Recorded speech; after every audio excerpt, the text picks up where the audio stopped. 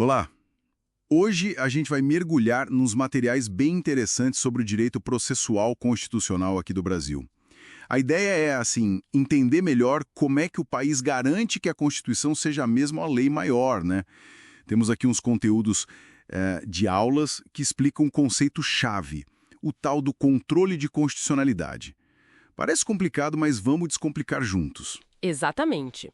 É basicamente sobre entender os jeitos, os mecanismos que o sistema tem para garantir que nenhuma lei, nenhum ato do governo vá contra a Constituição Federal. É a base de tudo, sabe? Certo, então vamos lá. Por onde a gente começa? Talvez pela ideia da supremacia da Constituição. Ela está lá no topo, certo?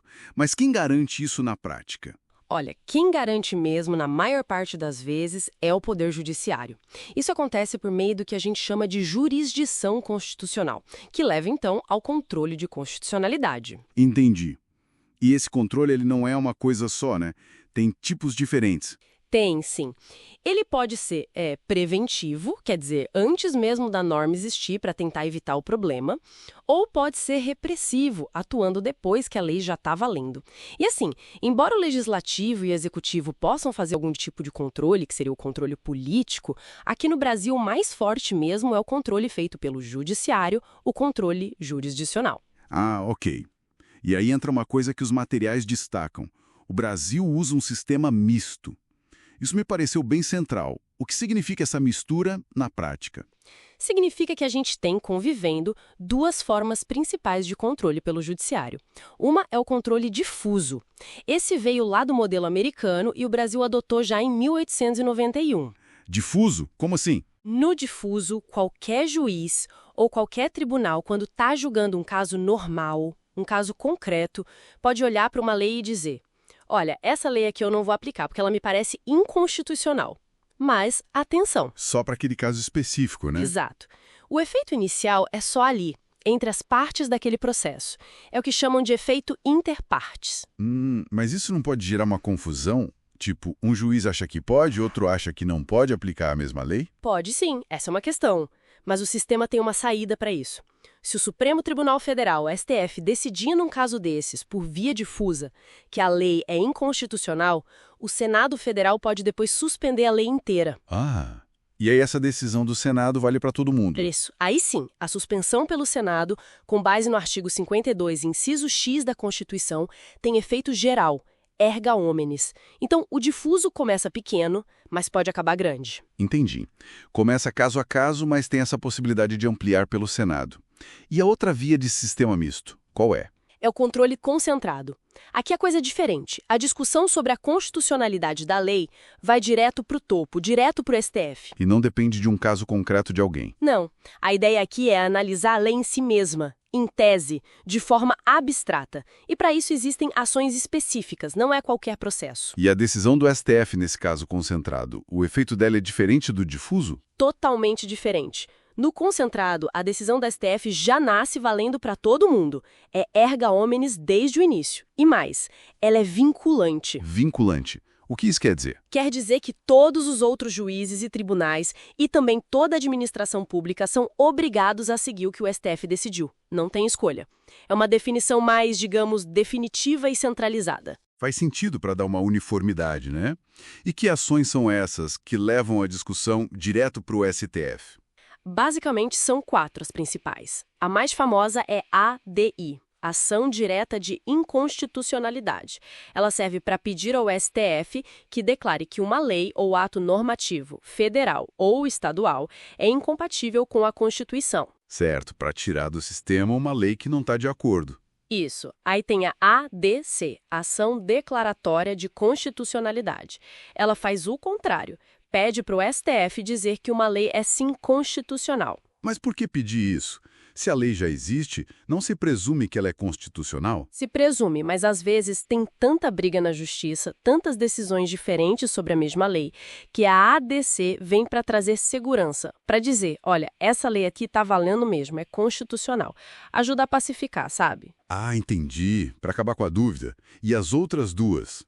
Temos a ADPF, Arguição de Descumprimento de Preceito Fundamental.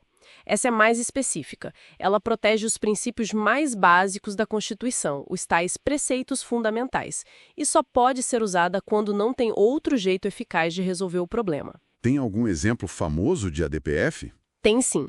Aquela discussão sobre a interrupção da gravidez de fetos anencéfalos foi via ADPF. Mostra como ela pode tratar de temas bem sensíveis e importantes para a sociedade. Nossa, realmente profundo. E a última? É a ADO, Ação Direta de Inconstitucionalidade por Omissão. Essa serve para quando o poder público, o Congresso ou o presidente, por exemplo, deixa de fazer alguma coisa que a Constituição manda fazer. Tipo quando a Constituição exige uma lei e ela não é criada. Exatamente. Por exemplo, a Constituição garante o direito de greve para os servidores públicos, mas demorou muito para ter uma lei regulamentando isso. Aí coube a ADO para cobrar essa regulamentação. Não mesmo. A Constituição, lá no artigo 103, dá uma lista bem definida. São os chamados legitimados. E quem está nessa lista? Olha, tem autoridades importantes como o presidente da República, as mesas da Câmara e do Senado, o Procurador-Geral da República, tem entidades de classe como o Conselho Federal da OAB, partidos políticos que têm um representante no Congresso, confederações sindicais.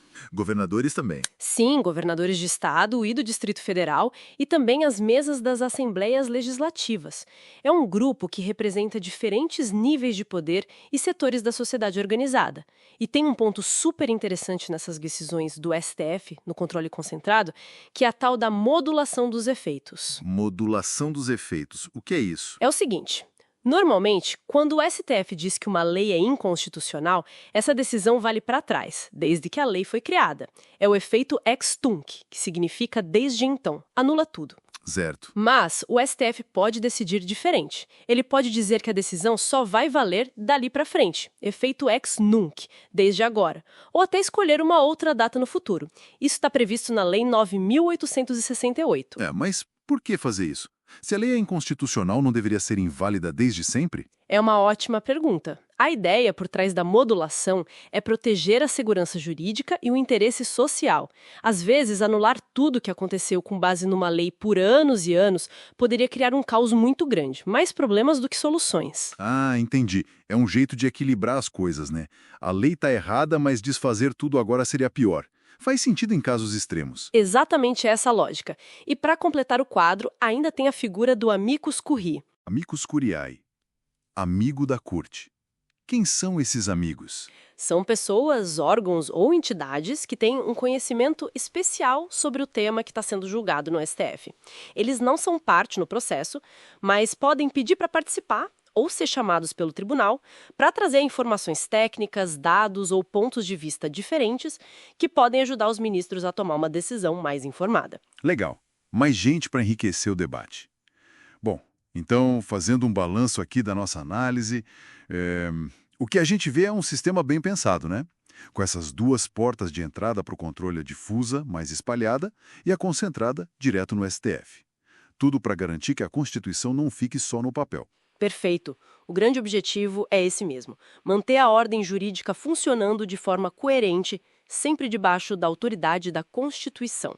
Isso é essencial para o nosso Estado democrático de direito. Fica então uma reflexão interessante para quem nos ouve.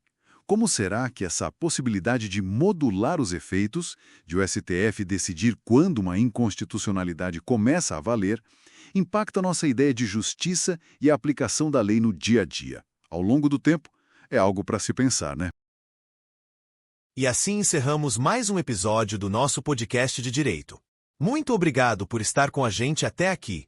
Se você gostou do conteúdo, não esqueça de seguir, se inscrever no canal e compartilhar com quem também ama estudar a Constituição Federal. A sua participação é muito importante para que possamos continuar produzindo episódios como este. Nos encontramos no próximo encontro. Até lá!